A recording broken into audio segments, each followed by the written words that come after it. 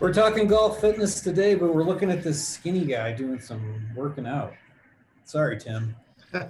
You look pretty good. I think people don't realize that you're actually 150 years old. This is impressive. I want to get into what this workout is as well, and all the cool stuff that you have to offer on that. But quite honestly, I want to start with what we're here to do and what we're here to talk about. So, All right. the majority of people watching are golfers. So, if you're a serious golfer, you should really take a look at your fitness routine too. So I've got a friend down here as well to take a look at that. So just as you work on your swing, it's equally as important to have a conversation once in a while about your fitness and make sure that you're not really wasting any time. And quite honestly, I think this is so important. I wouldn't waste my time, or anyone watching wouldn't waste your time either. So here's what we're going to cover. The purpose of exercise, what your workout should look like as a golfer, and how golf-specific fitness does not exist. And if, Tim, you disagree with any of those points, I'm going to hang up on you. So meet Tim Ryan. He's an expert in exercise science. I picked this off your bio, Tim, so I'm sure there are hundreds of other things we could mention, but you hold certifications and accolades in a ton of different things. You're the owner of Strong Life Personal Training in Barrington, Illinois. So all of our Chicago people and students listening right now should really take notice. But in particular, bachelor's degree in science from Northern Illinois University, national certifications from ACSM, ACE, and the Super Slow Exercise Guild. Couple that with training people for close to 40 years, I saw in there. Congrats on that. Yeah. You've got some awesome evidence-based practice in there. So, Tim, there's a whole lot to unpack in the fitness space. Let me get right down to some of the brass tacks here of what's the purpose of exercise? Well, that's a good question, and it kind of gives me an opportunity to kind of clarify some things that a lot of times people miss when it comes to exercise. And I would kind of say that the purpose of exercise is to stimulate the body to produce physical changes, improvements in obviously physical fitness and the ability of the muscles and so forth, but also improvements in the function of the support mechanisms such as the heart and the lungs and those types of things, as well as overall improving the health and the well-being of the body. But the key word here is stimulate.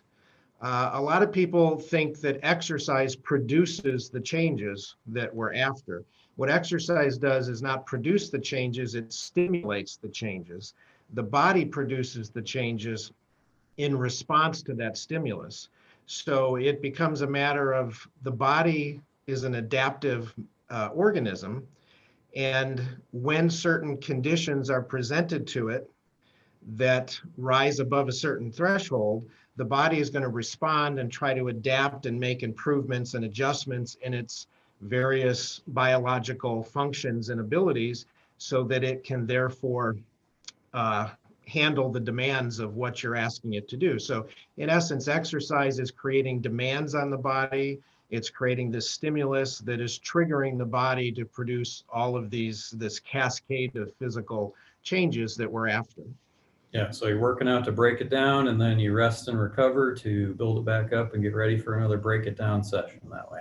Right, and that you bring up a very good point here, because the other part of the equation is allowing the body to produce those adaptations after it's been stimulated to do so. And those adaptations don't occur instantaneously. They occur over a period of several days as the body is going through this very, very high amount of physiological changes that it's trying to respond to. So that recovery phase, or that time that you spend in between your exercise sessions, is critical to getting the results, and it can't be neglected. And if you try to exercise too frequently or too much, you can actually impede your progress and impede the body's ability to make those adaptations. Yeah, and that sounds like kind of leads into the next question, which is what do most people do wrong? But I think you're hitting it there for any novice person who's just really interested in exercise.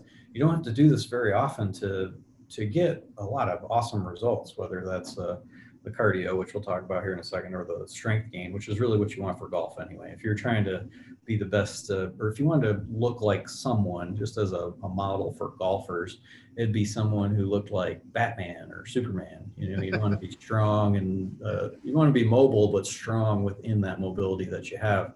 You wouldn't want to train like a Lance Armstrong or a long distance marathon runner. That isn't the helping you with your motor program to be better at golf, or helping you do that faster, which is such a separator of skill.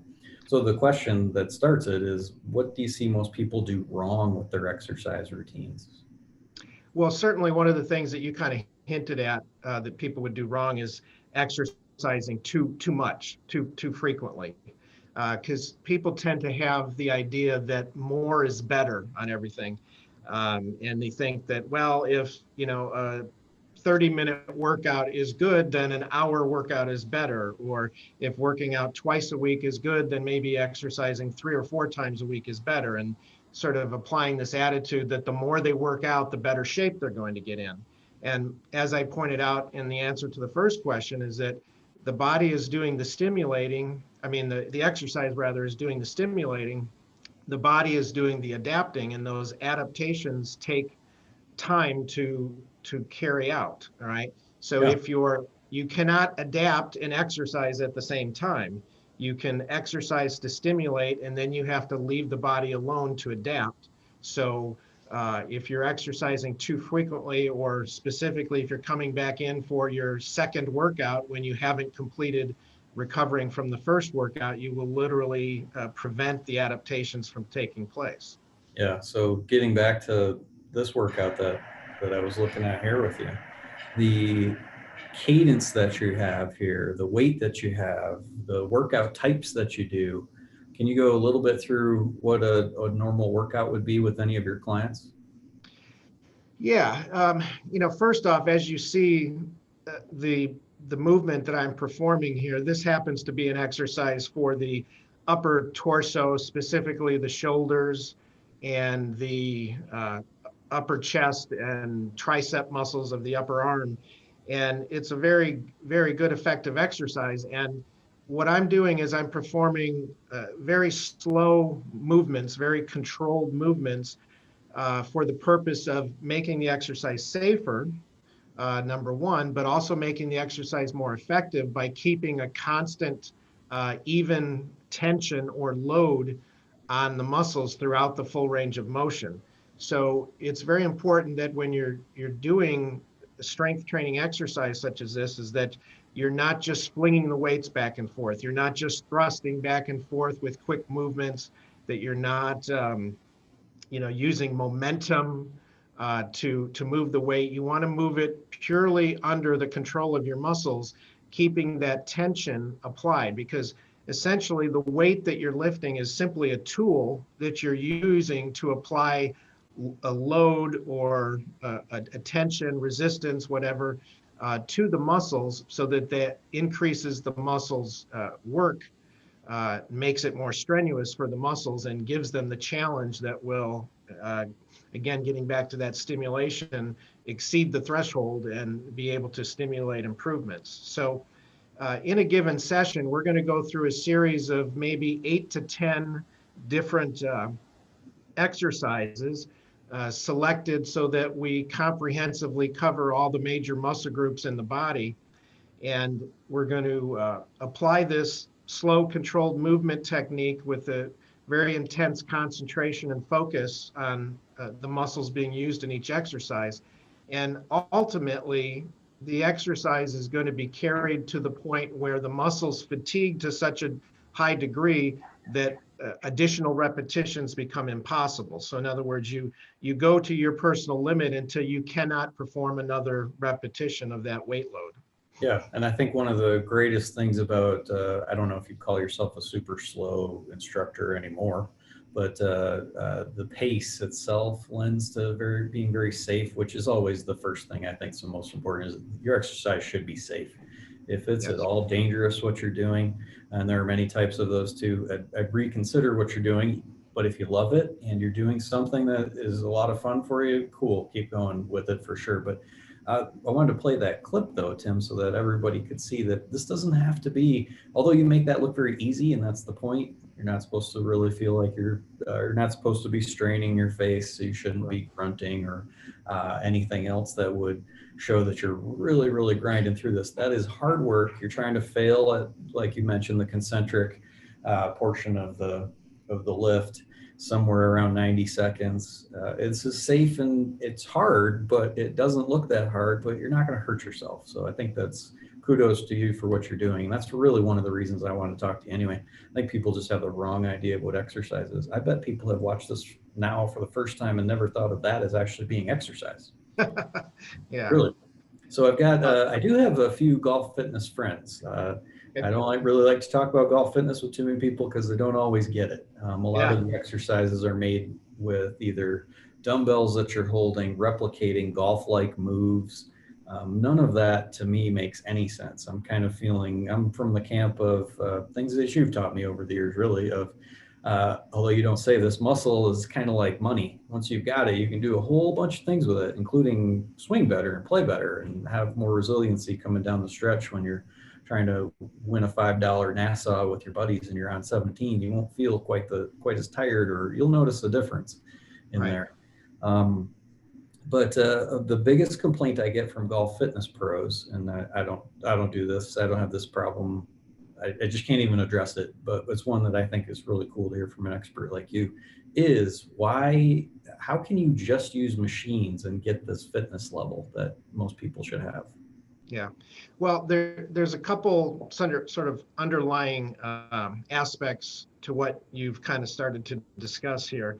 And whether we're talking about a mistake people's makes or this concept of, how people try to do exercises in the gym that sort of mimic what they think they're doing on the golf course or, any other sport, um, or the whole concept of using machines versus free weights or other types of exercises. And the biggest misconception, the biggest mistake that people make, and particularly it's become widespread in the entire fitness industry, even for non-athletes, but basically this concept originated with athletes and sports training and things like that. But the big misconception, the big mistake is thinking that when you go into the gym to work on whether it's your muscle strength or endurance or your overall physical fitness, this notion arose that you have to go into the gym and do exercises which are similar or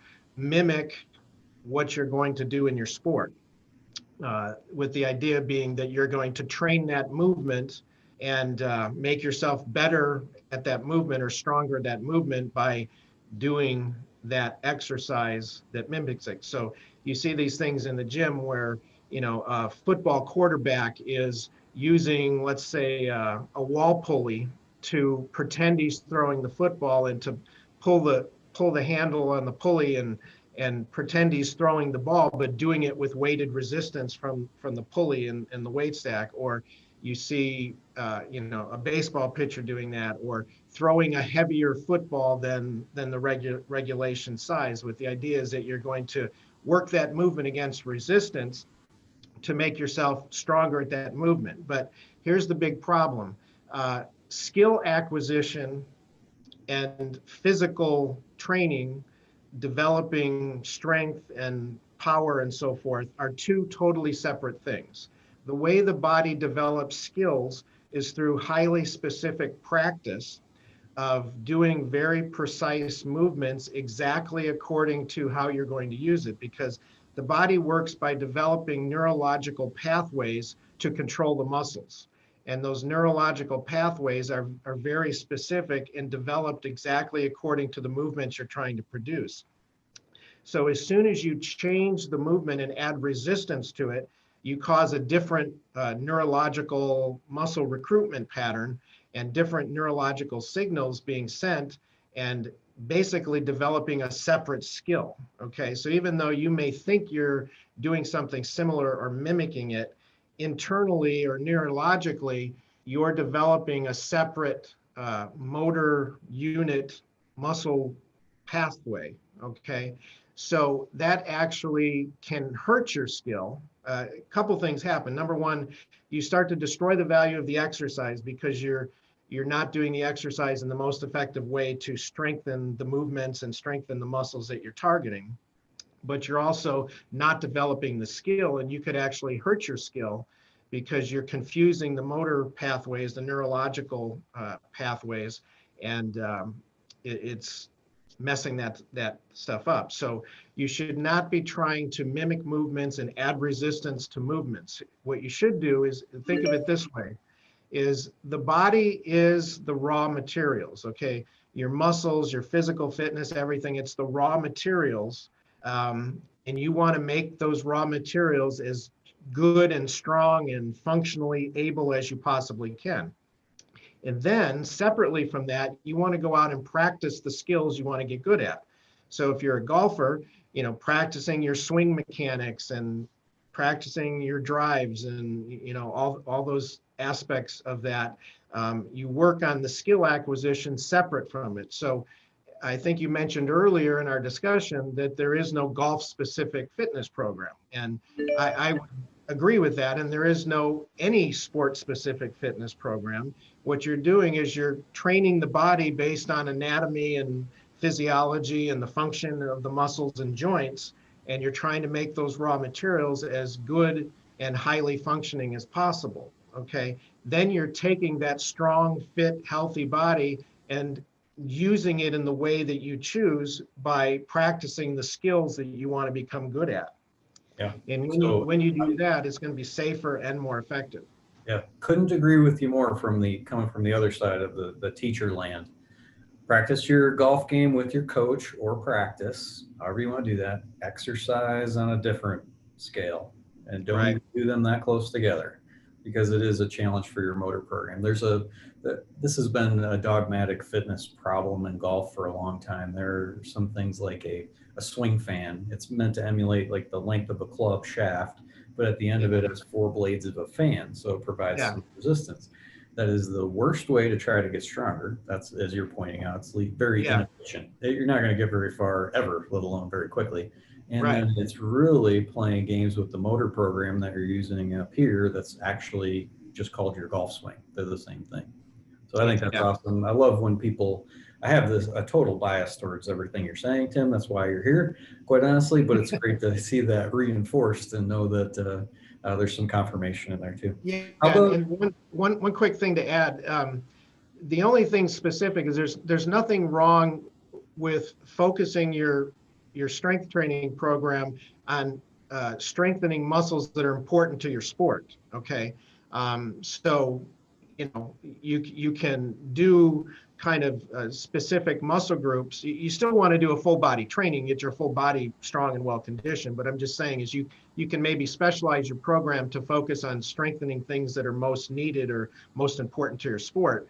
But you're not doing that in a way where you're mimicking your sport performance or your skills that you're trying to achieve. So you're still doing it the proper way, like we've been discussing, according to the physiology and the muscle and joints, and you still are keeping your skill-based training separate. And that's good context. And for golfers, and I know once in a while you train them, I'm really hard pressed to find a muscle group that you should be exercising more for golf because there isn't a muscle in your body that isn't used pretty aggressively, at least, especially on the way down. The amount you flex forward and bend backwards and how fast you need to abduct your arm. Those are complicated things that require a lot of different muscle groups. So teach them to do it Yeah, all. and that's exactly right. I mean, there's so many things that are involved, and so many things working in concert or in unison that you really don't want to neglect anything. And that's why I'm always putting people on full body strength and conditioning programs, making sure that all the major muscle groups are addressed and even some of the smaller things, and just really tying everything together to get a very good comprehensive program because there are so many things involved. Yeah, you're using it all. How about Yeah. what are your thoughts? I'm sure you get this one a lot. I always laugh at this one talking about the high intensity training that you're doing. What about cardio, Tim? Well, in a manner of speaking, you could say there is no such thing as cardio. But obviously we do have a cardiovascular system. We have a heart, we have a lungs, we have the blood vessels that carry oxygenated blood through the body and to the muscles and carries away waste products. So that's all true, but you can't separate out the cardiovascular system from the muscles, okay? And there's two ways of looking at this. You can't simply exercise your cardiovascular system without your muscles. In other words, you can't send your heart and lungs out for a jog, you know. But at the same time, you cannot exercise your muscles without your cardiovascular system being involved. Yeah. So the way this works is that the muscles are sort of the primary engine that's driving the work, that's creating the power, that's creating the energy to perform the physical work you're doing. All right. But it's the heart and the lungs that are sort of the fuel pump in that system and delivering the fuel, the oxygen, the blood, and so forth to the muscles, and carrying away the waste products. So they're working together. And every time you work your muscles, you're working your cardiovascular system. And the degree to which your cardiovascular system gets involved is dependent on the intensity or the effort being put forth by the muscles, okay? Specifically, the harder your muscles work, the harder the heart and lungs are going to work in order to keep pace with that and provide what the muscles need to carry out that work. So when you're working your muscles, including in a strength training program like in the video that you've been seeing, the cardiovascular system is highly engaged, okay? And basically working the muscles effectively is simultaneously the best way to work the heart and lungs or the cardiovascular system effectively. So when you do something like, you go out for a jog or you ride a stationary bike or ride a regular bike, or you're doing, movements like that, what you're essentially doing is you're providing some work for the muscles. Okay. And as those muscles perform work, that's causing the cardiovascular system to increase its production and so forth. And basically, there's a correlation there between the more effectively you work the muscles, then the more effectively that heart and lung engagement becomes. So going for a walk, going for a jog, riding a bike, you are engaging the muscles enough to get your cardiovascular system some benefit. But what you're not doing is getting very much muscular strengthening benefit in that kind of a scenario. Okay. Now, alternately, the workouts that I prescribe and teach, you're working the muscles to such a high degree and so effectively engaging those muscles that it's absolutely unavoidable that you're also engaging the cardiovascular system at a very high degree. Okay. So you're getting simultaneous strength, cardiovascular conditioning within the same program. And everybody that tries this program is surprised and shocked at how much their cardiovascular system becomes involved in this workout. I can testify to that. Yeah, I've I'm had to lay sure. down on the ground after doing the Avenger leg press several times. Oh yeah, right. Yeah, That's how it works. And Tim, what I think Tim's trying to explain, and you're the master here. You tell me how this is working. But really, I don't know if you've done heart rate variability training on those or measured your heart rate while you're doing it. It's your heart rate is rising while you do this type of exercise, but what you're really practicing is the ejection fraction of your heart. It's the amount of blood your heart is able to pump out of you is increasing. That stroke volume is what you're working on there. So while when you're running or riding a bike, your heart rate is increasing, but the stroke volume is not. Your heart just beats almost the same way. It's just beating more often. What we're doing in the high intensity workout here is a little faster heart rate, but it's just working that much harder, taking a bigger stroke with every single heartbeat. So that's where doing just this a couple days a week, like Tim's describing, is your cardio. You don't have to do anything else. As I mentioned in the beginning, you can do whatever you want, but it's not really much more beneficial than what you're doing here. How'd I do as an armchair fitness guru? Yeah, I mean, that's a pretty good summary. And I'll kind of add to that and say that, when you're doing, let's say you're going for a jog or you're just riding a bike or something like that, you eventually reach sort of a steady state heart rate and oxygen consumption level. And you're just maintaining that steady state for a long duration. And not that there's no benefit to that, but the research has been showing that what's more effective at strengthening that cardiovascular system and providing even the health related benefits is sort of the interval type of effect. In other words, not keeping a steady state, but driving the heart rate up and then allowing it to come down, then driving it up and allowing it to come down. And you can get a faster, more pronounced cardiovascular benefit with that interval effect rather than the steady state. And if a lot of times people will do things like, let's say, a cycling program where they go on a sprint and they do a burst of effort for 2 minutes, get their heart rate way up, and then they drop back and ride at a comfortable pace for several minutes. Then they'll do another sprint and so on. And that's proven to be very effective. But when we do our strength training the way we do it, we're getting that built-in interval effect, because when you're on an exercise performing it, you're driving the heart rate up for, a minute and a half, 2 minutes, something like that, driving that heart rate up to a high level. Then as you complete that exercise and go to the next machine, you're allowing the heart rate to come back down and a brief recovery to occur. You get on the next exercise, bring that heart rate back up again, and you get that sort of interval effect that's been proven to be so effective. Have you seen the Carol bike yet? I'm briefly familiar with it, and that concept is patterned off of what I just described. It's basically got some technological features that allow you to monitor that and do that type of interval training, or they call it high intensity interval training, HIIT. Okay. Right. I always wondered if that'd be an interesting addendum to what you guys do. Maybe once a week, have somebody ride that, do a simple workout. That'd be pretty cool too. Yeah, I mean, I'd much rather have somebody doing that type of thing rather than spending 5 days a week jogging or something like that.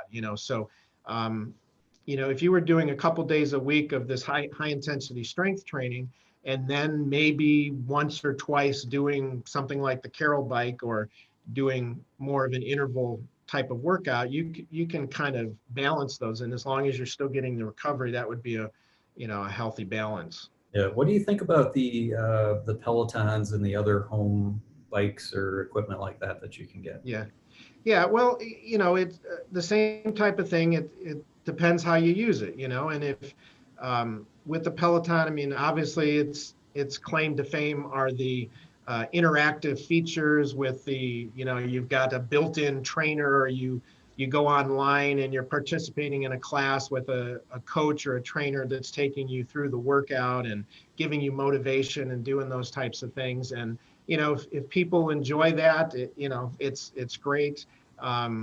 But the secret or the key to the effectiveness of the training is what type of training are you doing, and are you using it in a way that's stimulating the results without overdoing it, without overtraining, without doing it too frequently or too much duration.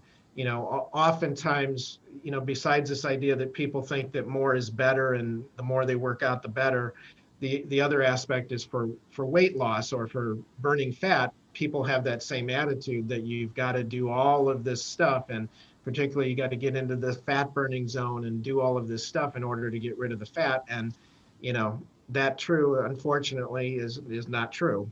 It really comes down to fat loss or weight control is a matter of controlling how you eat primarily, with a small contribution from the exercise. But you're not going to, if you're trying to use exercise to lose weight and you're doing it in such a way that you're spending countless hours daily or weekly trying to burn calories and burn fat, you're going to be disappointed that you're not going to achieve your goals. It's much more important to exercise properly, stimulating things the way the body is designed to work, and then controlling how you eat and balancing those two things together. Yeah, the groups like Orange Theory Fitness comes to mind of places you could go and be part of a group in that camaraderie. I think a lot of people love that, and that's super cool. CrossFit used to have that more than they probably do now, but I think those were just two groups that were taking off before in-person and instruction was really tougher to get. So I get that Well, part for sure. yeah, I mean, what a lot of times happens with some of this stuff, and this is where it becomes unfortunate, is that there's some positive aspects that, I mean, obviously some people lack motivation, or they thrive on a group atmosphere and being part of a group, or being in classes like that, and that can help motivate them and keep them consistent with their program and doing those types of things. But unfortunately, those programs can very quickly degenerate into sort of a form of entertainment rather than a productive exercise. So oftentimes the program is driven to entertain people rather than satisfy all the physiological parameters that are going to deliver the best results. Yeah, fair for sure. I'm with you. Doing anything is better than nothing. So those certainly have their places. I'd recommend Orange Theory to people who want to try it for exercise. I think that's great. It's not as effective as doing something with Tim at his place in 20 minutes. Doing the super slow or the slower paced activities that you've got there, that's going to get you so much farther. I don't think I probably spend more than 7 or 8 minutes actually working out each week. You're probably not too much further than that. And I'm not counting the time in between, just how, Yeah. how much hard work you're doing. And that's enough Yeah. to give you pretty much what you want. So think about that. If I were picking an exercise program, work really hard for like 10 to 15 minutes a week, a couple times a week in total. And that's it. There's your workout. Or you can choose to do other programs or ride a bike for 2 hours a day, 4 or 5 days a week. All of them are great. They're fine. Everything's better than doing nothing. It's just I prefer to choose the most efficient and easiest and safest. Can't overestimate that one. Way to Yeah, and I think especially for members of your audience here, the golfers, or again any athlete for that matter, is that what you really want to do is you want to do your sport or your chosen recreational pursuit and do the things you enjoy. Okay, and being in good shape and being strong and well conditioned allows you to do that and have more fun with it. You'll be better at it. You'll suffer less injuries. You'll experience less fatigue and so forth. But if you're spending an excessive amount of time exercising, that's taking away time that you could be enjoying golf or your other sports. So one of the added advantages of this type of program that I teach is that it allows you a maximum amount of time to go out and live your life. Okay, you do the exercise that's necessary to get the results, but then all the rest of your week is spent doing whatever you like to do. So hey, if you like to ride a bike, if you like to go for a jog, all the power to you. If you'd rather go out golfing or fishing or playing tennis or whatever, it frees you up to give you the maximum amount of time to enjoy your recreational pursuits. I'm so glad you mentioned that too, because it's opportunity cost is what you just defined. You can spend you only have a finite amount of time. You can spend it however you want. Short amount of time working out one-on-one with a qualified professional like Tim is a great way to really tip those scales of opportunity costs towards you. Tim, we watched the video of you working out very slow. Golf is truly, really a very explosive sport when you get right down to it. You're trying to move very fast at particular times of the swing. How does the slow movements that you're making, how does that transfer over to the fast ones that you really need to make when you're using the motor program like golf? Doesn't that slow you down? Yeah, good question. And that's a common thing that people get confused about a lot. And the first thing you've got to understand is, okay, certainly golf and other sports, there's a speed component, there's that power, there's that explosiveness that is involved in that. Okay. And certainly you want to be able to, transfer that power and generate that power as efficiently as possible. But that is not obtained by doing your exercises in a fast fashion. Okay.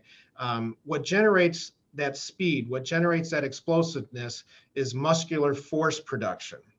So essentially, the stronger the muscles are, the more force that those muscles can generate, the more that force can be translated into movement. Okay. And basically, that force is what generates the acceleration. Okay, so the only way to actually move faster is to become stronger and more powerful, so those muscles produce more force and more power.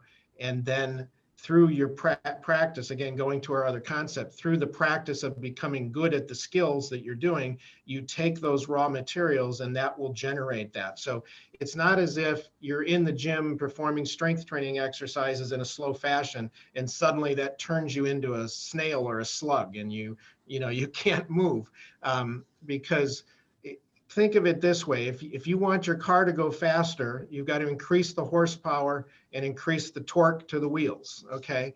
And that's what makes the car go faster. And same thing, if you want your body to move faster, you've got to, in effect, increase the horsepower and torque. In this case, we're talking about muscular strength and power, and that force production. So that's the only way to move faster, but then it's a combination of having the skill and the ability, because remember, your mind is controlling your movements and your mind is controlling, the skills that you're performing. So the better skilled you are and the more adept your mind is to performing those skills, you'll be able to take the raw materials of the muscles and transfer that into the speed of movement. So in no way, shape, or form is the way you train in the gym dictating the speed, and vice versa. Not only will slow movements not make you slow, fast movements in the gym will not make you fast. Fast movements in the gym are going to get you hurt, and they're going to do nothing to make you faster on the golf course. Yeah, that's good. That's awesome points all the way around. We've never talked about this one, but the idea, because we use that video to show almost the military press, shoulder press that you're doing there. Yeah. The idea that you're moving slow sounds nice, and we're watching you do those very slow cadence reps, 5 up, 5 seconds up, 5 seconds down ish. By the time you've done 2 of those, if the weight stacks or if the machine is appropriately set up, you are trying to move as fast as you can, and it is still incredibly slow. So the intent is still there to move quickly. Do you feel like that's kind of lost in the equation sometimes? Yeah, and that's a huge point. I'm glad you brought that up, because it allows me to talk about this. Is that what you're seeing, in that video, or when somebody trains in this fashion, you're obviously seeing the resultant slow movement occurring. Okay, but internally, all right, inside, I'm not trying to move fast. I'm actually pushing extremely hard against that. And by those last couple of repetitions, I'm essentially having the intent to move as fast as I can. It's just that I'm becoming so fatigued by the end of that set that I don't have enough strength to generate acceleration and cause fast movement. But the intent, neurologically, my muscles are being stimulated with the intent of moving fast and pushing with a very high effort. So it's just that those high efforts and that force being produced by my muscles is being opposed by the weight load. Okay, so it's that weight load that's slowing me down, because when you're training with a meaningful weight, you simply can't accelerate a heavy weight. Yeah, Okay. the last 10 So, seconds of this workout, it still looks like you're moving very slowly, but I know through experience, you're giving it all you got there. So it still is yeah, a I mean, for sure that the last rep that I complete, I'm essentially pushing as hard as possible and trying to move as fast as possible, and it's barely making it. Yeah. So you're still working out your neurology of let's go hard Yeah, fast. I yeah, think that's a great point. yeah, So we could probably talk about this for hours. There's really no point in doing that though. I think people should just find you if you're ever in the Chicago area. Tim is the guy to see. I promise you on things like that. So can you tell everybody where they can find you at, Tim? sure. So again, the business is Strong Life Personal Training. It's located in a northwest suburb of Chicago called Barrington, Illinois, and I also have a website, which is stronglifetraining.com. They can get a lot of information about the program there. There's ways of contacting me with phone numbers and emails and so forth. I also got a business Facebook page. You can look up Strong Life Personal Training on Facebook, Instagram. you know, all those different social medias, you'll find me. And yeah, and there's the website there. So you're looking to offer everybody a free session the first time, or the consultation? Yep, everybody can get a free consultation and introductory workout, no charge. Learn all about the program, experience a workout and introduction to how this all works, and kind of go from there. I think that's a great way to do it too. So if you're interested in exercise, go there, try a workout. If you hate the workout, or you hate Tim, or you hate anything along the way, then you hate the grayish walls you're going to be seeing because you don't want distractions, and there's no mirrors on the wall, and it's one-on-one. It's not what a lot of people think of exercise, but I promise you it is a great way to do it. And any GOLFTEC student should really investigate this as an addition to your workout routine, whatever that is. Yeah, Tim, thanks, man. And whenever you come to Denver, come visit me at headquarters. I got some cool fitness toys you'd like to see. Yeah, I'd love to do that. And I got a friend that lives out near Denver or Colorado Springs now, and I may get out there this summer if the world isn't going crazy. I'm sure we're getting better. This is great. Yeah. It's a good time to be a fitness guy, I think, for sure, like what you're doing. So good luck with the business. I know you're going to do awesome. Thanks for joining us. All right. Thank you very much.